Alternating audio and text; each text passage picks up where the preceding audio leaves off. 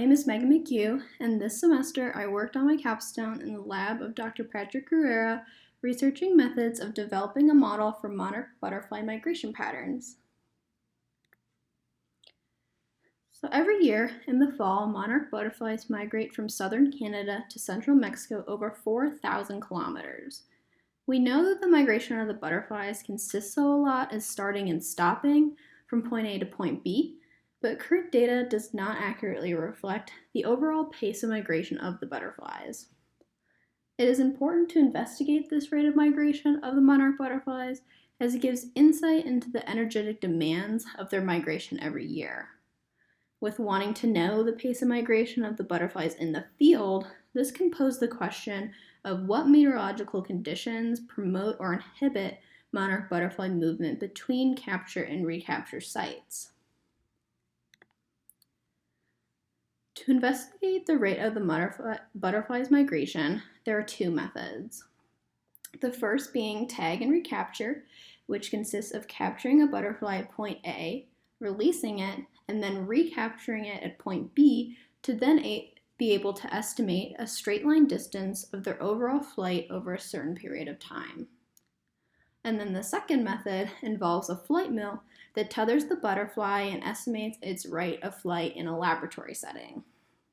Here we use the tag and recapture data.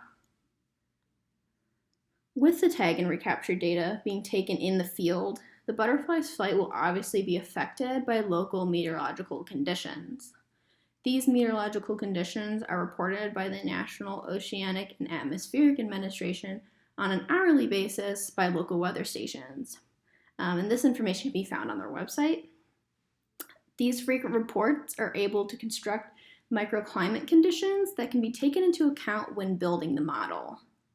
And it has been found conditions of humidity, temperature, precipitation, and photoperiod, such as if it's in the night or day, affect flight.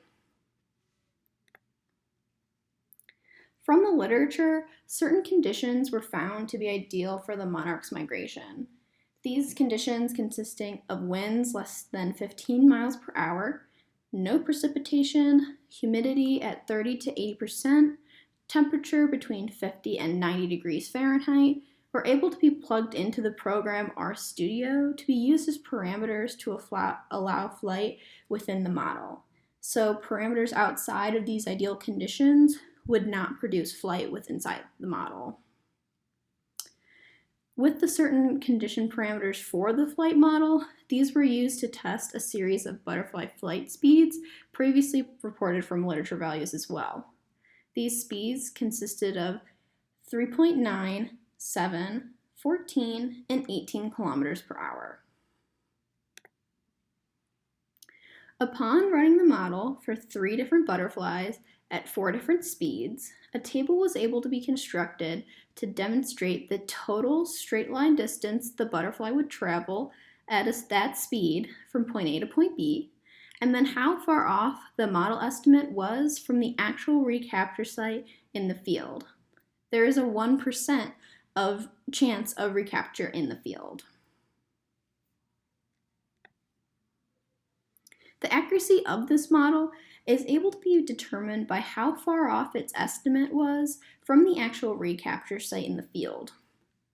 When looking specifically at the speeds of 3.9 and 7 kilometers per hour between monarchs number 4 and 68, they had the smallest distances between the model estimate and actual recapture site.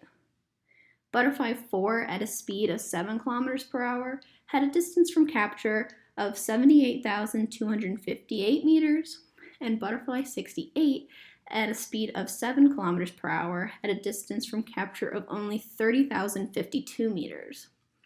Obviously, Monarch 68 showed the most accuracy in the model at a speed of 7 kilometers per hour by being the smallest distance from the capture site of only 30,052 meters.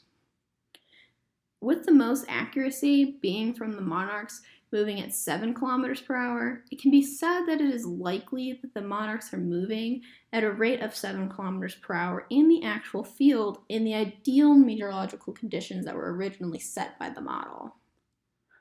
The other speed could could be more practical at different conditions, and this could demonstrate a more or less hardy butterfly that can travel more or less efficiently in different conditions. Overall, this model is important as it takes into account meteorological conditions in the field that affect flight, and it is able to offer us insight in what specific conditions promote the most efficient rate of migrations, opposed to other estimates that didn't take into account meteorological conditions. With that, thank you so much for listening to my capstone.